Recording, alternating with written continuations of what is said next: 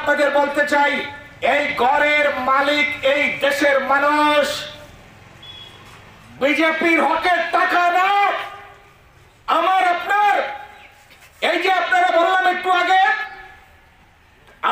3 থেকে 3.5 কোটি মানুষের কর ছাড় দিলেন, আর বাকি যে 100 প্রায় 37 কোটি মানুষের উপর থেকে এই পাম্প হাউস থেকে যে তেল বিজেপি সরকার আসার আগে যে ডিজেল কিনেছিলাম 40 টাকায়, যে পেট্রোল কিনেছিলাম 50-60 টাকায়, আজকের লিটারে 30-40-50 টাকা বৃদ্ধি করছে।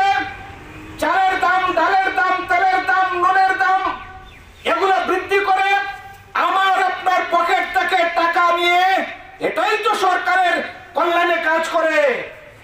আমার আপনার ট্যাক্সের টাকা কারা বলছে ঘর দিবে না, ঘর পাবে না? আমরা বলছি ঘর আমাদের, ঘর আমরা লড়াই করে আনবো, আমরা আমাদের ঘরের জিওটেক করব। হিম্মত আমি চ্যালেঞ্জ করে বলছি, চ্যালেঞ্জ করে বলছি, বিজেপি হিম্মত যদি হয় কেউ ঘাবড়াবেন না, কেউ ঘাবড়াবেন না। গরিব মানুষ, ঘর নেই, ভাঙা ঘর।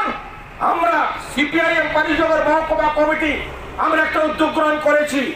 আমরা মোবাইল নিয়ে বাড়িতে গিয়ে তার অ্যাপসের মাধ্যমে জিওটেক করিয়ে তাদের ঘরের ব্যবস্থা করে দেব। কে বললো ঘর দেবে না? দিচ্ছ নাকি? কিছুই তো নেই, কিছুই তো নেই। কিসের তোমাদের ভয়? দেখলেন না বিশ্ববন্ধু শেখের বক্তব্য? গত 2-1 দিন আগে ক্ষমা চাইলেন, প্রকাশ্য ক্ষমা চাইলেন।